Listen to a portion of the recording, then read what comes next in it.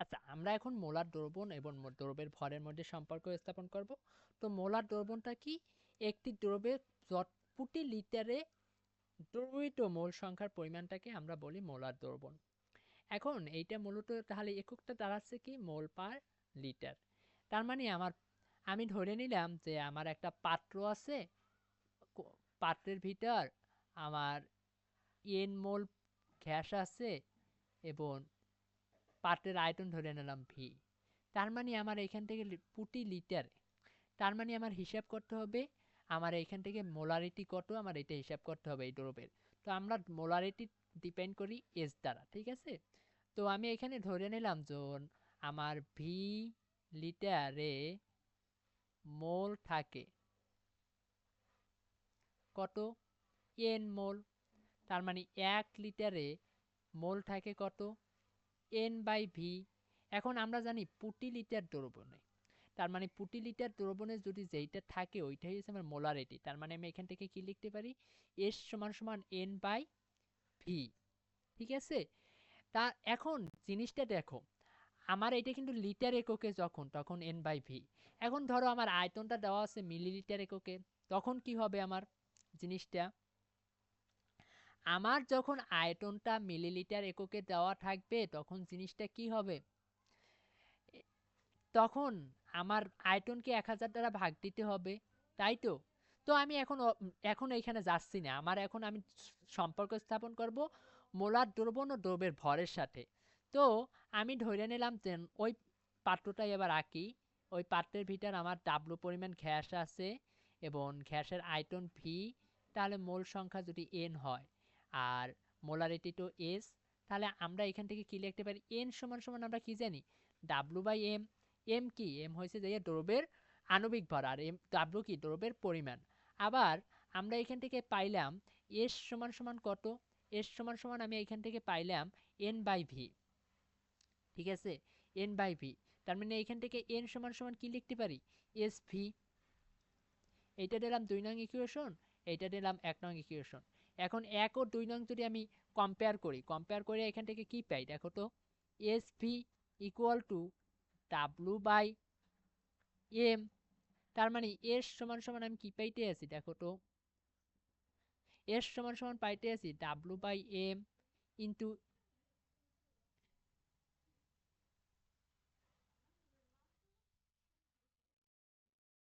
Into into V. তার মানে আমার এখান থেকে যদি আমার লাগবে ডাব্লুর পরিমাণ, তার মানে ডাব্লু সমান সমান আমার দাঁড়াচ্ছে কি এস এম ভি, ঠিক আছে। তো আমার এইটা আমি ডাব্লু সমান সমান এস এম ভি কখন অ্যাপ্লাই করব, যখন ভি লিটার এককে থাকবে। এখন আমার কথা হচ্ছে ভি লিটার এককে নাই, এম এল এককে। তাহলে আমরা কি জানি, 1 ml সমান সমান 10⁻³ লিটার। তার মানে আমার এই এমএলটাকে যদি 10⁻³ দ্বারা গুণ দিই তাহলে তো আমার হয়ে যায়। তার মানে আমি কি হইতে আছে, এস এম ভি ইন্টু 10⁻³ তার মানে এখান থেকে আমার দাঁড়ালো কি, S M V divided by 10⁻³ সমান সমান S M V divided by 1000। তার মানে W equal to S M V divided by 1000। যা থেকে আমি এখান থেকে আমার সম্পর্কটা থেকে আমি কি কি পাইলাম, ডাব্লু হয়েছে আমার দ্রব্যের পরিমাণ, এস হয়েছে কি দ্রব্যের মোলারিটি, এম হয়েছে কি দ্রব্যের যে আণবিক ভর সেইটা, ভি হয়েছে আয়তন যা কোন এককে থাকবে, এমএল এককে। আর যদি লিটার এককে থাকে তাহলে আমি কোনটা অ্যাপ্লাই করব, S M V divided by 1000, ঠিক আছে। এখন আমি কিছু জিনিস বলবো, জিনিসগুলো একটু ভালোভাবে খেয়াল করো। খেয়াল করলে আমি ধরো যদি আমাকে বলা হয় সেন্টিমোলার দ্রবণ, কি মোলার দ্রবণ, সেন্টিমোলার দ্রবণ। সেন্টিমোলার দ্রবণ যদি বলা থাকে তাহলে এটার মোলারিটি কত, সেন্টি, সেঞ্চুরির এস, তার মানে আমরা বুঝি কি সেঞ্চুরি, তার মানে কত 1/100 এম। তারপর বলা হইল সেমি মোলার দ্রবণ, সেমি, সেমি মানে অর্ধেক, তার মানে 1 মোলারের অর্ধেক, তার মানে আমার কি হইবে 1/2 এম বা 0.5 এম। আমাকে বলল সেমি, তারপর আমাকে বলল যেমন ডেসিমোলার দ্রবণ, ঠিক আছে। ডেসিমোলার দ্রবণ বললে আমাকে 10 মানে 1, 10 ভাগের 1 ভাগ, তার মানে কি 1/10 m, তার মানে কত, বা 0.1 m। ঠিক আছে, তার মানে আমার এই তিনটেই বেশি ইউজ করা হয়, সেন্টিমোলার দ্রবণ, সেমিমোলার দ্রবণ এবং ডেসিমোলার দ্রবণ। অনেক সময় মানে বলা থাকে, যেমন এই মোলারিটির মানটা না দিয়ে সরাসরি বললো সেন্টিমোলার দ্রবণ, সেমিমোলার দ্রবণ, ডেসিমোলার দ্রবণ, তখন যাতে আমার বুস্ট, তখন আমরা কি করি, আমরা যখন পরীক্ষায় কর্তব্যরত টিচার থাকে ওনাকে গিয়ে বলি, স্যার আমার তো এখানে মোলার দ্রবণ দেওয়া নাই দ্রবণের, স্যার আমার তো এখানে এটা দেওয়া নাই। মেয়েদের মতন, অর্থাৎ মেয়েরা যেরকম ন্যাকামি করে না, তখন আমরা কিছু ছেলেরাও ওই সময় ন্যাকামি শুরু করি টিচারদের সাথে কোশ্চেন না বুঝতে। কিন্তু আমার কোশ্চেনে বলাই থাকে ডিরেক্ট সেন্টিমোলার দ্রবণ, ডেসিমোলার দ্রবণ, সেমিমোলার দ্রবণ, তিনটার যে কোনো একটা উল্লেখ করা থাকে। তোমার এটা হয়েছে কি, তোমার একটা আইকিউ টেস্ট করে টিচাররা, এক্সামিনার। তো ডেসি বললে আমি কোনটা ভাববো, আমার কোনো ন্যাকামি করার দরকার নাই, ডেসি বললেই 0.1 m, সেমিমোলার দ্রবণ 0.5 m, সেন্টিমোলার দ্রবণ 1/100 m। তোমরা করো কি, তোমরা শুধু ম্যাথ করিয়েই যাও, কোনটা কি, কোনটা কোশ্চেন কি, এইটা বুঝতে চেষ্টা করো না, যার ফলে আমাদের মানে সমস্যা হয় অনেক কিছুই। আসলে ম্যাথ করলেই হয় না, এবং আবার অনেকে করে কি, শুধু দেখে যায়, হ্যাঁ এই কোশ্চেনটা, এটা তো পারবো, এটা আর করার কি দরকার আছে, নেক্সট কোশ্চেনে চলে যায়। না ভাই, তুই পারবি, তোর পারার জন্য তাহলে তুই একটু ক্যালকুলেটর চাপে দেখ তোর অ্যান্সার, তোর তো সামনেই সমাধান মানে উত্তর দেওয়া আছে, উত্তরটার সাথে যদি তোর অ্যান্সার মিলে, হ্যাঁ ভালো কথা, বেস্ট অফ লাক, তুই চলে যা। এখন পারা এবং না পারার ভিতর, পারা এবং তুমি কত দ্রুত পারো সেইটার ভিতরেও একটা কথা আছে। ধরো আমি এইচএসসির ক্ষেত্রে চলে গেলাম, এইচএসসির ক্ষেত্রে আর এসএসসির ক্ষেত্রে আমার এমসিকিউ আসবে কয়টা, 25টা, যার জন্য আমাকে সময়ও দেবে কয় মিনিট, 25 মিনিট, তার মানে পার মিনিটে একটা এমসিকিউ সলভ করতে হবে। এখন আমাকে একটা ম্যাথ দিল, আমি এই ম্যাথটা সলভ করতে লাগে আমার 3 মিনিট, ঠিক আছে, তার মানে আমি কয়টা এমসিকিউ সলভ করতে পারবো, এরকমের ম্যাথ থাকে প্রায় 10 থেকে 12টা, 10টাই ম্যাথ থাকে ধরলাম, তো আমার পুটি ম্যাথে ধরে নিলাম আমি 2 মিনিট করে সলভ করতে আমার সময় লাগে, তাহলে কত, 10 × 20 মিনিট, আমার হাতে আছে কত, 5 মিনিট। এখন আমাকে ওইভাবে নিজেকে তৈরি করতে হবে যাতে আমি 1 মিনিটের ভিতরে ম্যাথেরও সমাধান করতে পারি। এর জন্য কি করতে হবে, এর জন্য আমাকে ক্যালকুলেটর চাপা থেকে শুরু করে সব কিছুতে এক্সপার্ট হইতে হইবে। তারপর আসো এডমিশন টেস্ট, এডমিশন টেস্টে আমি বুয়েটের কথাটাই চলে যাই, বুয়েটের 100টা এমসিকিউর ক্ষেত্রে তোমাকে সময় দেওয়া হবে 60 সেকেন্ড, 60 মিনিট, অর্থাৎ তুমি হিসাব করো তো প্রতি মিনিটে কয়টা এমসিকিউ সলভ করতে হবে। আর ভাই ওইখানে থিওরিটিক্যাল কোশ্চেন খুবই কম, 100টার ভিতর 90টাই ম্যাথমেটিক্যাল কোশ্চেন। এখন তুমি যদি ওইখানে বসে টুনুমুনু করো, তুমি 60 মিনিটে 20টা কোশ্চেনেরও অ্যান্সার দিতে পারবা না। আমাদের বুয়েটে সাধারণত বলা হয়ে থাকে যখন 60 থেকে 70টাই এমসিকিউ যদি কেউ কারেক্ট করতে পারে তাহলে তার প্রিলি হয়ে যায়। আসলে আমি এটার সাথে একমত না, দেখা গেছে এমন শিফটও যায় ও শিফটে 80-র উপরে চলে গেল, চান্স হয় না, কারণ কি ও শিফটে সবাই দেখা গেল তোমার 80-র উপরে কারেকশন করে ফেলাইলো। তো তোমাকে এমনভাবে নিজেকে তৈরি করতে হবে, তুমি মানে ম্যাথমেটিক্যাল টাইপের কোশ্চেনও যাতে 1 মিনিটের ভিতর তৈরি সলভ করতে পারো। এর জন্য তোমাকে প্রতিটা এমসিকিউ ক্যালকুলেটরের সাহায্যে বা মুখে মুখে সলভ করতে হবে। আর মেডিকেলে ভাই 5 থেকে 6টা এমনিতেই ম্যাথমেটিক্যাল কোশ্চেন থাকে, তার ভিতরে এই মোলারিটির কোশ্চেন প্রতি বছর ম্যাথমেটিক্যাল একটা কোশ্চেন দিবি, একটা ঝামেলার কোশ্চেন। তো ওইটা তো তোমাকে ক্যালকুলেটর ছাড়া সলভ করতে হবে ভাই। তখন তুমি যদি ওই মেডিকেলের কোশ্চেনে যাইয়া ম্যাথটা করতে যাইয়া 5 মিনিট খুয়াইলা, কিন্তু তোমার থিওরিটিক্যাল তোমার ম্যাথের আছে যাইয়া তোমার 5টা, তুমি 5টা কোশ্চেন 5 × 5 = 25 মিনিট খুঁয়ে ফেলাইলা, পাস, আর থিওরিটিক্যাল কোশ্চেন বাকি আছে 95টা, যার জন্য তুমি কোশ্চেন সময় পাইতেছো 35 মিনিট। এখন ওই 35 মিনিটে তুমি জীববিজ্ঞান দাগাবা, বায়োলজি দাগাবা, না পদার্থ দাগাবা, না সাধারণ জ্ঞান দাগাবা, না ইংরেজি দাগাবা, তখন যাও গুলাইয়া, তখন আর কোনো আপার উপর হয় না।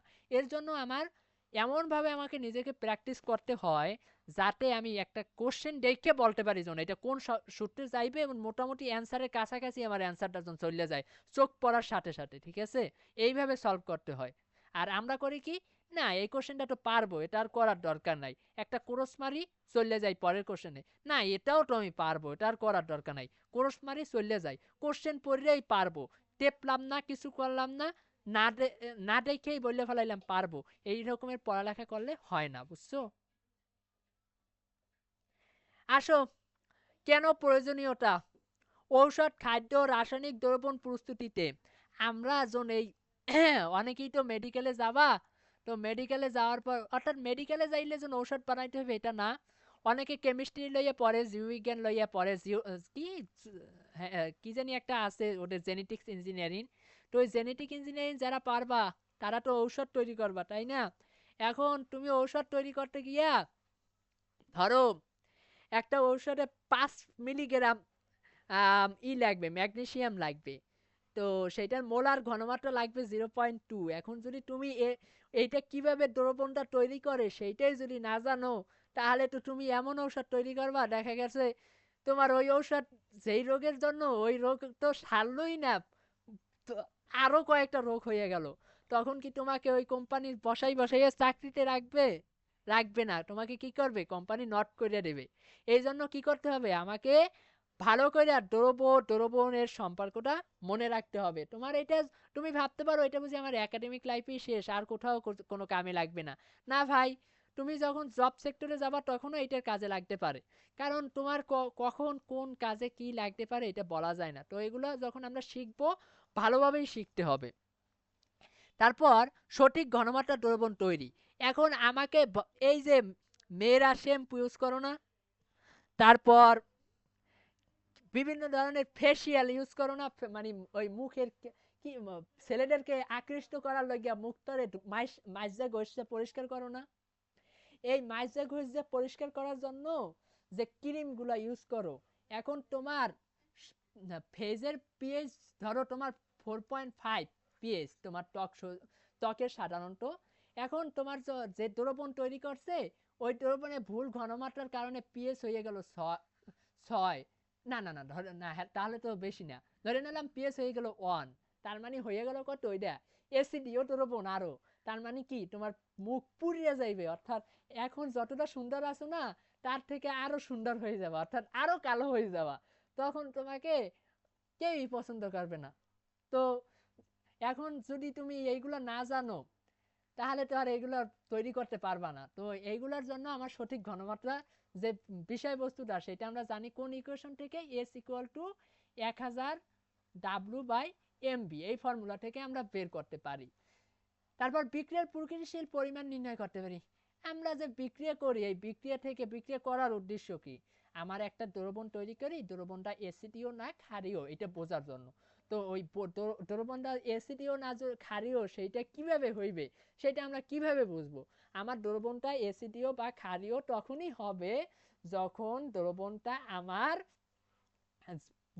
তোমার যদি অ্যাসিডের ঘনমাত্রা বেশি হয় তাহলে দ্রবণটা অ্যাসিডীয়, যদি ক্ষারের ঘনমাত্রা বেশি হয় তাহলে দ্রবণটা ক্ষারীয়। এই জন্য আমাকে কি করতে হবে, ঘনমাত্রা সম্পর্কে সঠিক জ্ঞান রাখতে হবে। এখন যদি আমার ঘনমাত্রা সম্পর্কে সঠিক জ্ঞান নাই, ধরো তুমি ইন্টারে উঠে গেলা, তারপর তুমি তোমার রিলেটিভের বাড়িতে বেড়াইতে গেলা, তো তার বাচ্চা পড়তে আছে 8-এ বা 9-এ, তখন তোমাকে বললো আঙ্কেল বা মামা অথবা ভাই, বললো জন চাচু বা মামা দেখো তো এটা কি এবং এটা এসিডিও কি জন্য, তুমি জানলা, তুমি শুধু ম্যাথই করে গেলা, বাট এইটার জন্য আমার কি জন্য প্রয়োজন সেটা তুমি আর মনে রাখলা না, তখন তুমি কি পারবা, লজ্জায়। অথবা ধরো আর একটা বাস্তব উদাহরণ দিই, তুমি একটা মেয়েকে পটাইতে চাও, ওই মেয়েটা হয়েছে তোমার জুনিয়র, এখন ওই মেয়েটা তোমাকে হঠাৎ করে মেসেঞ্জারে নক দিয়ে বললো, থাক আমি আর কোনো ওয়ার্ড ইউজ করলাম না, এইয়া ওইয়া যে নামে ডাকো তোমরা জেনারেলি, ওইখানে বললো জন এইটা কি লেগে এসিডিও হইলো, কি লেগে ক্ষারীয় হইলো, এইটা তো ক্ষারীয়ই হইতে পারতো। এখন তোমার কি হইলো, তুমি তো জানো না, তুমি শুধু জানো এস ইকুয়াল টু 1000 W/MB, তখন তুমি অ্যান্সার দিতে পারলা না, ওই মাইয়ায় তোমার সাথে কি আর রিলেশন রাখবে? ভাই রাখবে না, তখনই মনে করো ও আর একজন খুঁজতে থাকবে, দেখা গেছে ওর বেস্ট ফ্রেন্ড ওর অ্যান্সারটা বুঝাই দিল, ওই মাইয়া কিন্তু ওর বেস্ট ফ্রেন্ডের লাগে চলে যাইবে। এই জন্য কি আমার জানতে হইবে যখন এস ইকুয়াল টু 1000 W/MB কেন কেন আমরা ইউজ করি, তাহলে আমি এইখান থেকে কি পাইলাম, যখন অ্যাসিডের ঘনমাত্রা যদি বেশি হয় ক্ষার অপেক্ষা, তাহলে কি হবে, বিক্রিয়াটা অম্লীয় প্রকৃতির হবে, ঠিক আছে। তারপর ক্ষারের ঘনমাত্রা যদি অ্যাসিড অপেক্ষা বেশি হয় তাহলে হইবে কোন প্রকৃতি? এই ভুল লিখছি আবারও ভাই, সরি।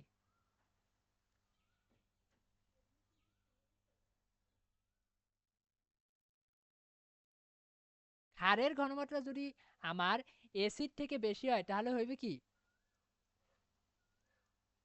ক্ষারীয়। আর এখন এখন এখন কোশ্চেন হয়েছে, ক্ষার ইকুয়াল টু অ্যাসিড, অর্থাৎ দুইটার ঘনমাত্রাই সমান, তাহলে আমার দ্রবণ কি হবে? এনিওয়ান অ্যান্সার দিতে পারবা?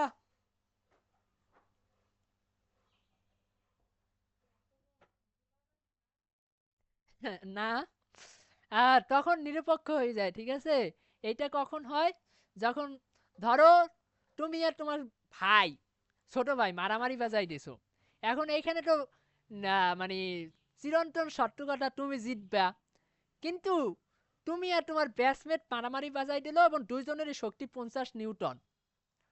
ওরও শক্তি 50 নিউটন, ওরও শক্তি 50 নিউটন, দুইজনে কি করলা? একটা বস্তুকে টানতে আসো। এখন ওই বস্তুটা কি কোনো দিকে যাইবে? যাবে না, তখন কি থাকবে?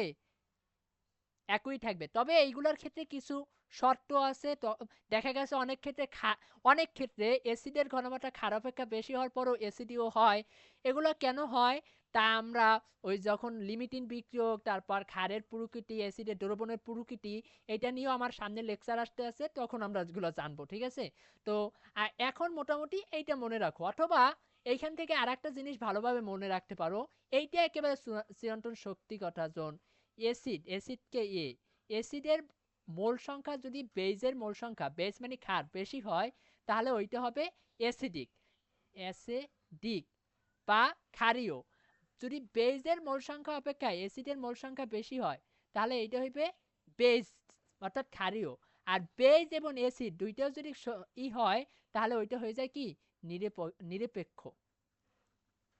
অনেকে বলে না নিরপেক্ষ থাকে, অর্থাৎ দেখা গেছে আমরা কোশ্চেন করি, অনেকে অ্যান্সারই দেয় না। এরা কি নিরপেক্ষ? এরা হর সাথেও না, নার সাথেও না, এরা সবার সাথে।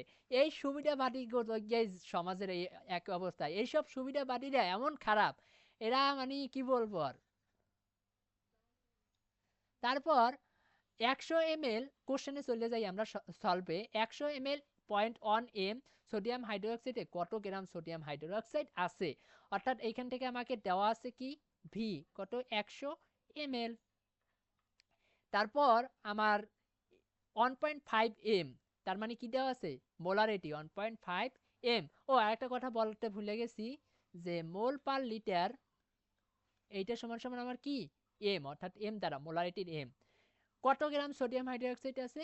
ডাব্লু সমান সমান হর। আমার এ এখন আমার এখানে লাগবে কি? আণবিক ভর। সোডিয়াম হাইড্রোক্সাইডের আণবিক ভর কত? সোডিয়াম 23 যোগ 1 যোগ 16 কত? 40 গ্রাম পার মোল। এখন এখান থেকে আমার ডাব্লু বের করতে হবে। তার মানে আমরা ডাব্লু সমান সমান কি জানি? S M V divided by 1000 সমান সমান এস এর মান কত? এস সমান সমান কত? ভুল লিখছি। এম এর মান কত? 40। এস এর মান কত?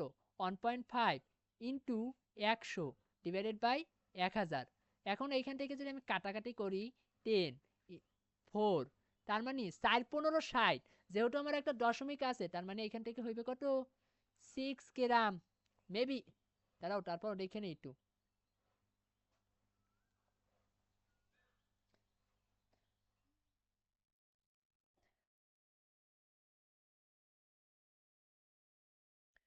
চল্লিশ গুণ 1.5,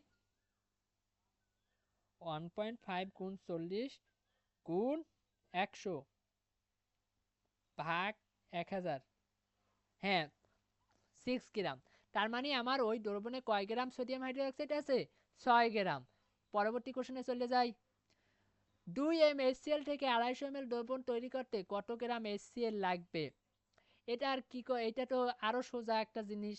এইখানে HCl এর আণবিক ভর কত? HCl এর আণবিক ভর m সমান সমান হাইড্রোজেন 1 HCl 35.5 সমান কত? 36.5। এখন আমার সব S দেওয়া আছে। S কত? 2 m। ভি দেওয়া আছে কত? 250 ml। তার মানে এইখান থেকে আমার ডাব্লু সমান সমান কত হবে? ডাব্লু সমান সমান S M V divided by 1000 মানগুলো বসাবো, দেন আমার ক্যালকুলেশন চলে যাবে। এইখান থেকে আমার শেষ। এখন চলে যাই এই 3 নাম্বার কোশ্চেন, যে 0.5 ml সোডিয়াম দ্রবণের মোলারিটি কত? আমরা জানি দ্রবণের মোলারিটি এর সমান সমান কত পাইলাম জানি? N by V. সেটা কোন এককে? কোন এককে? লিটার এককে থাকলে, যখন লিটার একক না থাকবে তখন 1000 দ্বারা এন কে গুণ করতে হবে। ঠিক আছে? তার মানে আমার মোলারিটি দাঁড়াবে কত? 0.5 ইন্টু 1000 ডিভাইডেড বাই 500 যদি করি, এইখানে চলে আসে 2, তার মানে আমার কত? 1 এম। এটা একটা কি দ্রবণ? মোলার দ্রবণ। তারপর চলে যাই আর একটা কোশ্চেন, যে কোশ্চেনে বলা আছে 3.65 গ্রাম HCl দ্রবীভূত আছে 1 লিটার পানিতে, দ্রবণের মোলারিটি কত? তার মানে আমার এখান থেকে ডাব্লু দেওয়া আছে 3.65 গ্রাম, আয়তন দেওয়া আছে কত? 1 লিটার, এম দেওয়া আছে না জানি 36.5 গ্রাম পার মোল। এখন আমাকে এস বের করতে বলছে। আমরা কি জানি? আমরা জানি ডাব্লু সমান সমান এস এম ভি লিটার এককে থাকলে, তার মানে এস সমান সমান কি? W by M V. তার মানে ডাব্লু আমার কত? 3.65, এম কত? 36.5 ইন্টু 1। এখন যদি আমি এইটা করি, মেবি এটা ডেসিমোলার দ্রবণ, তাও আমি একটু শিওর হয়ে বলি, দাঁড়াও। 3.65 ভাগ 36.5, হ্যাঁ এটার পয়েন্ট 1 এম। তার মানে কি কোন দ্রবণ? ডেসিমোলার দ্রবণ। 5 নাম্বার কোশ্চেন বলছে যে 200 ml 0.1 এম পটাশিয়াম হাইড্রোক্সাইড দ্রবণে দ্রবের ভর কত? এটা মানে ডাব্লু বের করতে বলছে, ডাব্লু বের করা সম্ভব, এটা নিয়ে আর কোনো প্যাক করার দরকার নাই। আচ্ছা পার্ট 3, তাহলে পার্ট 3 আগে আমি কিছু কথা বলি। এখন আমার দ্রব্যের লঘুকরণ ফর্মুলা অ্যাপ্লাই করতে, লঘুকরণ ফর্মুলা। এখন লঘুকরণ ফর্মুলাটা কি এটা একটু ভাবো। আমরা কোনো একটা দ্রবণ নিছি, দ্রবণটা যখন নিছি তখন দ্রবণটা আমি লঘু করব। লঘু মানে কি? পাতলা। আমার একটা দ্রবণ আছে, ওই দ্রবণের ঘনমাত্রাটা হয়েছে যাইয়া কত? আর দ্রবণটার ঘন মানে ওই দ্রবণের যে পরিমাণটা নিছি, অর্থাৎ আমি ধরে নিলাম আমি এই একটা পাত্র, অর্থাৎ এই একটা পাত্র, এই পাত্রের ভিতর আমার 5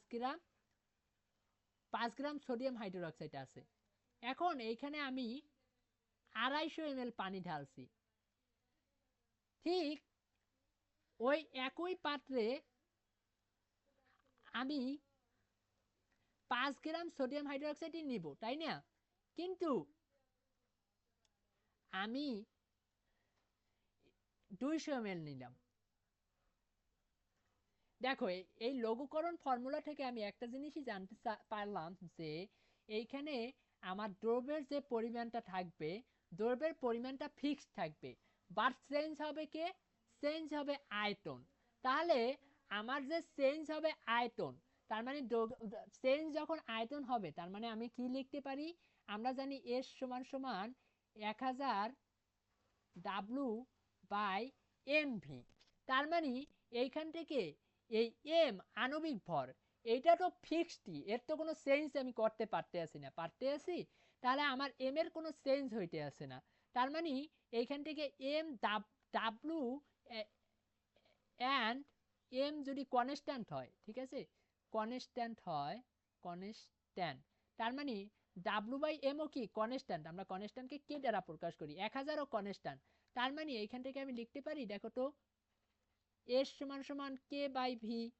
আর যখন আমার কনস্ট্যান্ট উঠে যায়, তখন আমার কি সমানুপাতিক চিহ্ন চলে আসে, এস সমানুপাতিক 1/ভি। এটা দ্বারা কি বোঝানো হয়েছে? এস ব্যস্ত অনুপাতিক 1/ভি।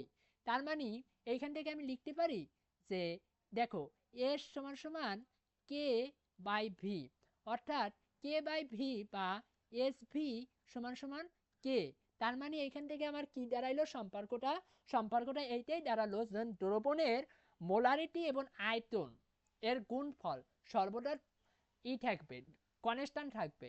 একটা নির্দিষ্ট দ্রবণের জন্য দ্রবণের মোলারিটি এবং দ্রবণের আয়তনের গুণফল সর্বদা কনস্ট্যান্ট থাকবে। তার মানে S1 V1 equal to S2 V2 equal to dot dot equal to S1 V1।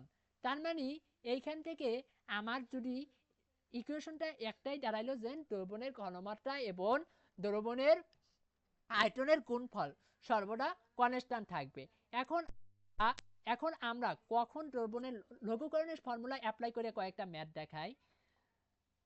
বলা ছিল যে 0.5 m HCl এর 200 ml দ্রবণকে 0.1 m HCl এ রূপান্তর করতে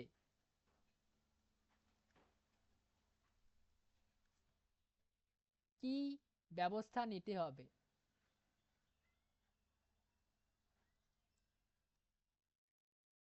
তাহলে আমার এখানে কি দেওয়া আছে, S1 সমান সমান কত 0.5 m, তারপর আর দেওয়া আছে কি V1 সমান সমান কত 200 ml, আর দেওয়া আছে কি S2 সমান সমান কত 0.1 m।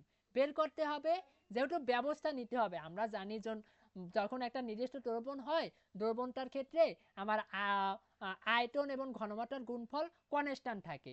তার মানে আমার আয়তন এবং ঘনমাত্রার গুণফল যেহেতু কনস্ট্যান্ট থাকে, তার মানে আমার প্রাথমিক ঘনমাত্রা দেওয়া আছে, তাহলে আমার শেষ আয়তন দেওয়া আছে, তাহলে শেষ ঘনমাত্রা দেওয়া আছে। এখন বের করতে হবে কি শেষ ঘনমাত্রা V2 ইকুয়াল টু হট। তার মানে আমরা জানি কি, আমরা জানি equation S1 V1 equal to S2 V2। এখান থেকে যেহেতু V2 বের করতে হবে, তার মানে V2 সমান সমান S1 V1 divided by S2 সমান সমান কত দাঁড়াইলো 0.5 ইন্টু 200, 0.5 ইন্টু 200 ডিভাইডেড বাই 0.1। এখন এইটাকে যদি আমি সলভ করি, তাহলে আমার অ্যান্সারটা আয় কত দেখো তো।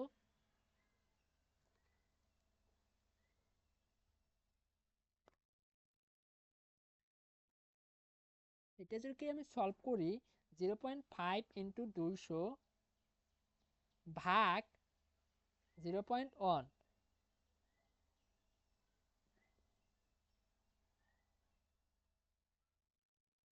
0.5 ইন্টু 200 ভাগ 0.1, তার মানে আমার দাঁড়াচ্ছে কত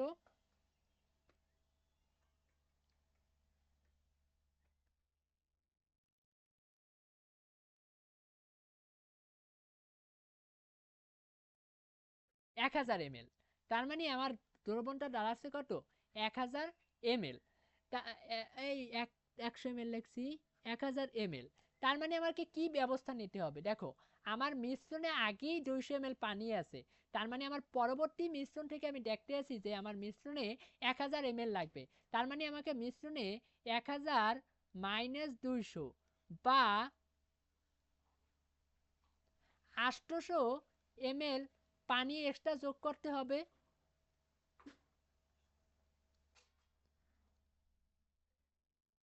কেন, দেখো এইটার যেন পানি যোগ করতে হবে, এখান থেকে আসলে কি বুঝায়, এইখান থেকে আমি বুঝি যেমন 1 লিটার দ্রবণে 0.5 মোল দ্রব্য দ্রবীভূত আছে, আর এইখান থেকে বুঝি যে 1 লিটার দ্রবণে 0.1 মোল দ্রব্য দ্রবীভূত আছে। তার মানে কি এইটা থেকে এটা কি লঘু। যখন লঘু হয় তখন দ্রবণে পানি যোগ করতে হয়, আর যখন গাঢ় হয় তখন কি পানি সরিয়ে নিতে হয়। এখন দেখো, যেমন আমি একটা চিনির শরবত করতে আছি, চিনির শরবতে যদি চিনির পরিমাণ বেশি হয় এবং পানির পরিমাণ যদি সমানই হয়, তাহলে কি মিশ্রণটা একটু কেমন জানি আঠালো আঠালো হয় না। ওই আঠালো মিশ্রণে আমি আরো এক্সট্রা পানি ঢাললাম, তাহলে কি আঠালোটা ভাবটা কমে যায়। তাহলে কি মিশ্রণে পানির পরিমাণ বাইরে গেছে, তার মানে মিশ্রণের লঘুকরণ করছে, তার মানে কি ঘনমাত্রা কমে গেছে। তো এইটাই বুঝলাম, যখন আমি মিশ্রণটাকে লঘু করব তখন মিশ্রণটায় পানি যোগ করতে হবে, আর মিশ্রণটাকে যখন গুরু করব, অর্থাৎ মিশ্রণের ঘনমাত্রা যখন বাড়াইতে যাব তখন আমাকে কি করতে হবে, পানি সরাইয়া ফেলতে হবে। ঠিক আছে, তার মানে আমরা একটা জিনিস এইখান থেকে বুঝতে পারছি যে একটা নির্দিষ্ট দ্রব্যের ক্ষেত্রে আমার এস এবং ভি এর অর্থাৎ আয়তন এবং ঘনমাত্রার গুণফল সর্বদা কনস্ট্যান্ট থাকবে। তাহলে আজকে এই পর্যন্তই থাকুক। নেক্সট ক্লাসে আমাদের যে আলোচ্য টপিক হবে সেটা হবে যৌগের শতকরা সংযুতি। যৌগের শতকরা সংযুতি থেকে আমরা চলে যাব তোমার যে রাসায়নিক বিক্রিয়া কি, রাসায়নিক বিক্রিয়ার কেন প্রয়োজনীয়তা, রাসায়নিক বিক্রিয়ার সমতাকরণ। তারপর আমরা চলে যাব লিমিটিং বিক্রিয়ক, লিমিটিং বিক্রিয়ক কি, মৌল রাসায়নিক বিক্রিয়া থেকে আমরা কি পরিমাণ শতকরা কি পরিমাণ উৎপাদ পাইতে পারি, এগুলো আমরা কাউন্টে চলে যাব। তাহলে আমরা এ পর্যন্তই আমাদের ক্লাস রাখলাম। নেক্সটে কোনো ক্লাসে আবার দেখা হবে। আল্লাহ হাফেজ।